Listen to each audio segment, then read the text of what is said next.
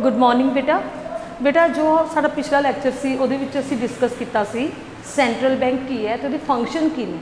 Central bank दे विच असीं यही पढ़िया सी भी सेंट्रल बैंक जिहड़ा हैगा ओह देश दी मॉनिटरी सिस्टम ते बैंकिंग दा धुर है, मेन हैड ऑफिस है। वो सारे मॉनिटरी सिस्टम देश के सारी मौद्रिक प्रणाली नूं रैगूलेट करता है, करंसी वगैरह छापदा है। और नैक्सट पे असीं करांगे but is commercial bank and it's functions. Commercial bank, हाँ जी बेटे, तुहाडे सारिਆਂ ਦਾ किसी न किसी का अकाउंट होगा किते ना किते बैंक च खुलिया, जिवें PNB हो गया, SBI हो गया, जां फिर होर केनरा बैंक, अदर बैंक, बहुत मतलब काफ़ी गिनती दे विच असीं बैंक देखे ने। ये सारे कमर्शियल बैंक ने, ठीक आ। जो बेटे अपना सेंट्रल बैंक सी, सेंट्रल बैंक दे विच मतलब आम जनता नहीं लैन देन करती, उहदे विच गवर्नमेंट जां बैंक्स लैन देन करते हैं, ठीक है। बट जिहदे विच आम जनता मतलब वो आम जनता के जिहदे विच अकाउंट्स ने, लोगों के अकाउंट्स ने, उन्होंने कमर्शियल बैंक कहा जाता है, वपारिक बैंक कहा जाता है। देखो मीनिंग की कहना, a bank collect money from those who have it to spare or who are saving it out of income and lends this money to those who require it. कहते कमर्शियल बैंक वो bank ने कहते जिहड़े पैसा collect करते हैं वो लोगों तो जिन्हों को पैसा स्पेयर पिया, मतलब वाधू पैसा पिया, एक्सट्रा सेविंग पई है जिन्हों को, उन्होंने तो पैसा कलैक्ट करते हैं, सेव जो लोग सेविंग करना चाहते हैं, और वो लोगों को लैंड्स मतलब मनी लैंड करते हैं, पैसा देंगे ने, लोन देंगे ने जोड़े लोगों को यदी जरूरत है। मतलब कमर्शियल बैंक वो बैंक होंगे ने जोड़े आम जनता तो पैसा उन्होंने डिपॉजिट करते हैं, असैप्ट करते हैं, एंड लोगों जिन्होंने लोड़ है उन्होंने लोन्स वगैरह देंगे। This is called commercial bank. Okay, जिस तरीके नाल असी सेंट्रल बैंक के फंक्शन किए सी उस तरीके नाल असी कमर्शियल बैंक के फंक्शन भी अज उन्होंने बारे पढ़ांगे भी कमर्शियल बैंक जोड़े है ने वो किहड़े कम फंक्शन करते हैं। जेकर असी कमर्शियल बैंक की गल करिए बेटे तो कमर्शियल बैंक के फंक्शनस नूं टू ब्रॉड ग्रुप्स के विच असी क्लासीफाई कर सकते हैं। First is primary function and second is secondary function. Functions of commercial bank are classified into two broad group, primary function and secondary function. But इस primary function, primary function बेटे वो होंगे ने जिन्होंने बैंक पहल के आधार पर करता है। मतलब पहल के आधार पर बैंक दो काम ही करता है। की काम करता है? फस्ट हैगा असैप्ट डिपॉजिट, जिहड़े लोगों ने मनी स्पेयर है, जिन्हों को वाधू मनी पई है, जिन्हों को सेविंग एक्सट्रा पई है, उन्होंने यह असैप्ट करता, उन्होंने जमा स्वीकारता है एंड एडवांसिंग लोन दिता है। ये दो मेन प्राइमरी काम ने हर एक बैंक के, कमर्शियल बैंक के। तो बेटे ये दो काम ने जिहड़े इन्हों अगे असीं किवें क्लासीफाई कर सकते हैं। पहला असीं करांगे असैप्ट डिपॉजिट, जमा स्वीकारना। हाँ जी बेटे, जो भी असी बैंक च अपना अकाउंट खोलते हैं डिफरेंट तरीके के असी अकाउंट्स खोलते हैं, है ना। कोई FD कराउंदा है, कोई RD ले लैंदा है, कोई करंट अकाउंट खोलता है, कोई सेविंग अकाउंट खुलवांदा है। तो अलग अलग तरीके नाल बैंक हैगा जिहड़ा साडा पैसा डिपॉजिट करता है। की फंक्शन ने प्राइमरी फंक्शन की गल कर लगे हाँ। प्राइमरी फंक्शन दो तरह भागों च वंडे हुए हैं, accept deposit and advancing loan. और जिहड़ा बैंक लोगों की डिपॉजिट नूं असैप्ट करता है उहदे लई डिफरेंट तरह के वो अकाउंट्स खोलता है। सब तो पहला हैगा बेटा सेविंग डिपॉजिट अकाउंट। हाँ जी बेटा, तुसीं सेविंग अकाउंट बारे सुनिया होगा।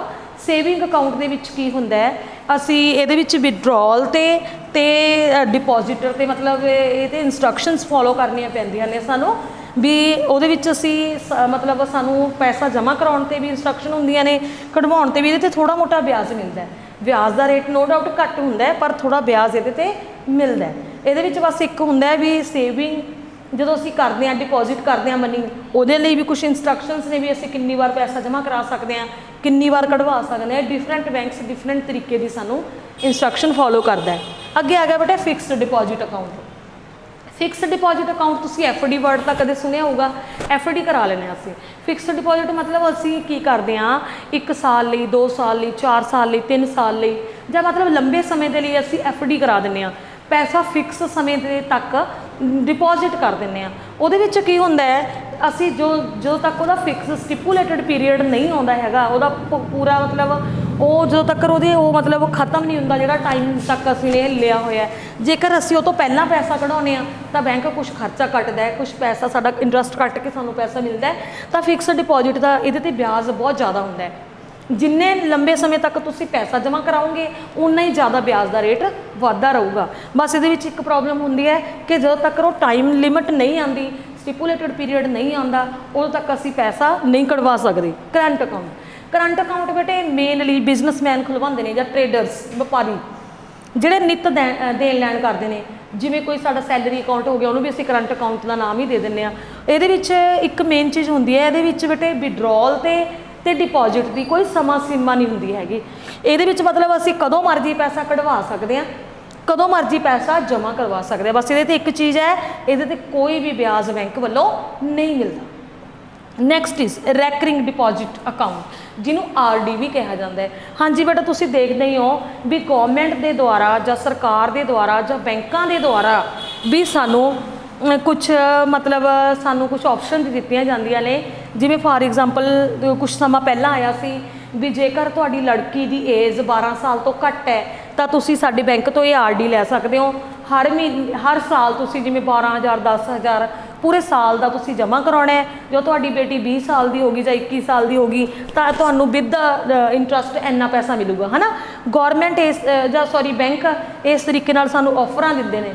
ਇਹਦੇ ਵਿੱਚ ਕੀ ਹੁੰਦਾ बेटे, एक तो जो असी पैसा डिपॉजिट कराना है ਉਹਦਾ स्टिपुलेटेड पीरियड ਹੁੰਦਾ, नैक्सट अमाउंट भी पक्की स्टिपुलेटेड अमाउंट भी फिक्स होंगी है, समा भी फिक्स होंदा है, अमाउंट भी फिक्स होंगी है। असी अपनी मतलब 2,000 3,000 4,000 1,000 जो भी साड़ी कोई पॉलिसी है, असी कोई पॉलिसी बाय करते हैं और वो अकॉर्डिंग साल 2 साल 10 साल 12 साल तक मतलब जितना भी फिक्स टाइम दिता होया है वो तक असी पैसा जमा करवाते जाते हैं।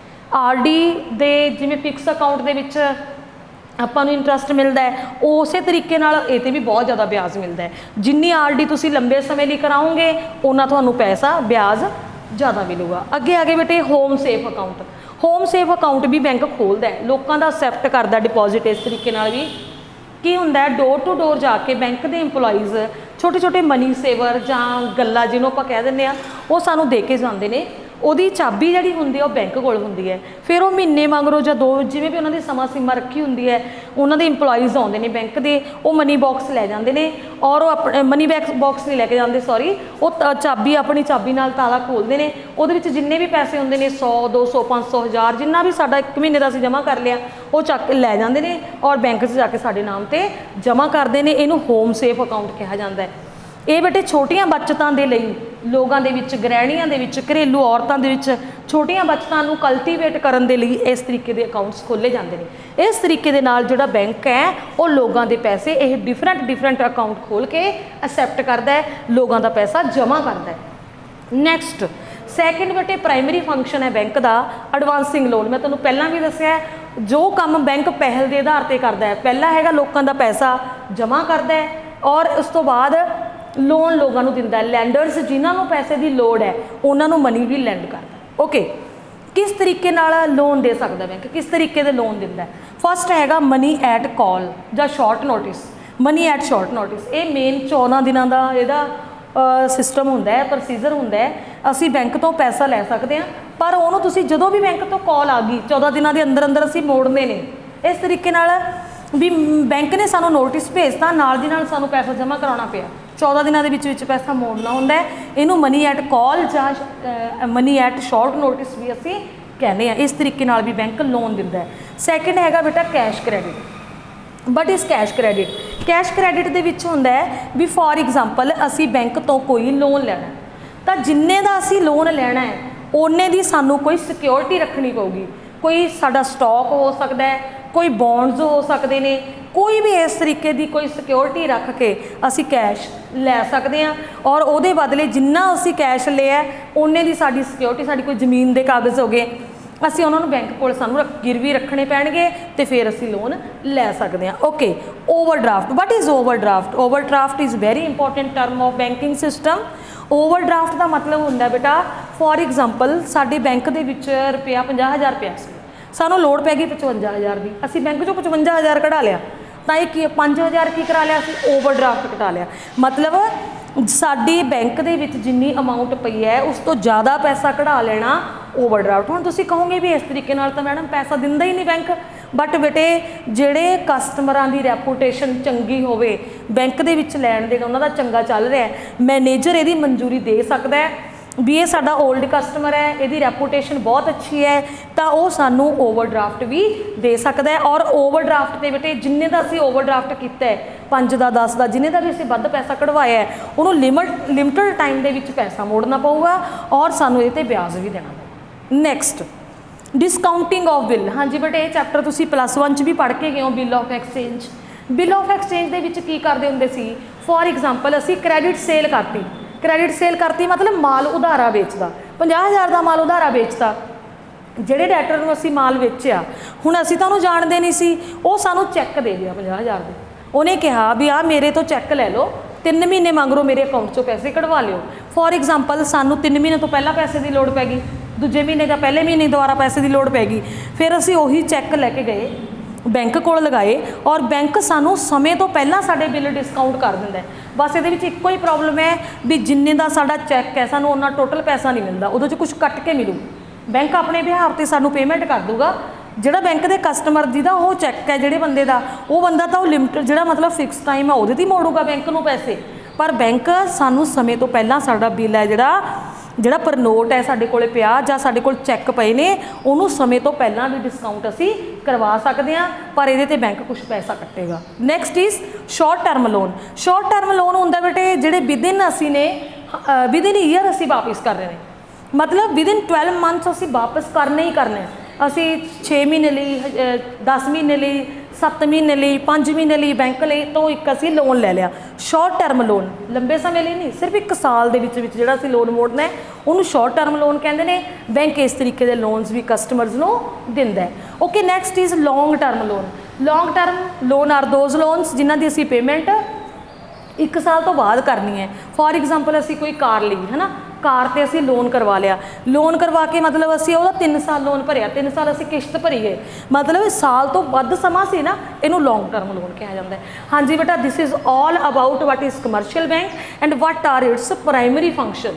फंक्शन 2 तरीके के ने प्राइमरी ते सैकेंडरी ये असी प्राइमरी फंक्शन डिस्कस किए हैं ध्यान नाल सुनना सुनने तो बाद तुसी चैप्टर च रीड करने ने ठीक है उस तो बाद लिखने ने तो अगले नैक्सट पीरियड के जो अपना अगला लैक्चर होगा वो असी सैकेंडरी फंक्शन ने जोड़े वो पढ़ांगे वो बारे असी जानकारी लवांगे। Now this is all about primary functions of commercial bank. Thank you.